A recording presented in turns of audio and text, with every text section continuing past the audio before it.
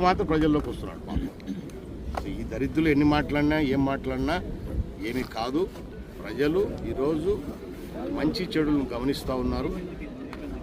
ఎవరు మంచి పరిపాలన ఇస్తున్నారు, ఎవరు గతంలో మమ్మల్ని ఇబ్బంది పెట్టినారని వాళ్ళకి క్లియర్గా తెలుసు వాళ్ళకు.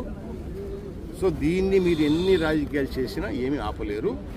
వచ్చే 4 ఏళ్లలో కూడా మీరేం మళ్ళీ అధికారంలోకి వచ్చేది ఏం లేదు. మీరు కలలు కట్టారని పొగటి కలలు, దుర్మార్గపు ఆలోచనలు మనం చూస్తూనే ఉన్నాం కదా. రోజు ఒక్కొక్క నాయకుడు ఒక్కొక్క స్టేట్మెంట్, వాళ్ళు తన్నండి, కొట్టండి, చంపండి, నరకండి, రేపులు చేయండి, ఎత్తుకపోండి ఆడపిల్లలను, ఇటువంటి స్టేట్మెంట్లు ఇస్తూ ఉన్నారు.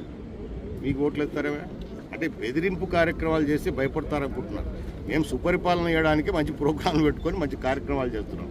సో మీ గురించి పెద్దగా ఆలోచన చేసే టైం మాకేం లేదు. మాకు చాలా బాధ్యతలు ఉన్నాయి. ప్రజలు మాకు బాధ్యత ఇచ్చారు. ఆ కార్యక్రమాన్ని ఇప్పుడు చేపట్టినాం. అన్ని ప్రజలకు కానీ రాజ్యాంగానికి కానీ ప్రజలు సుఖ సంతోషాలతో ఉండేటట్టే ఎన్డీఏ కూటమి ప్రభుత్వ ధ్యేయము.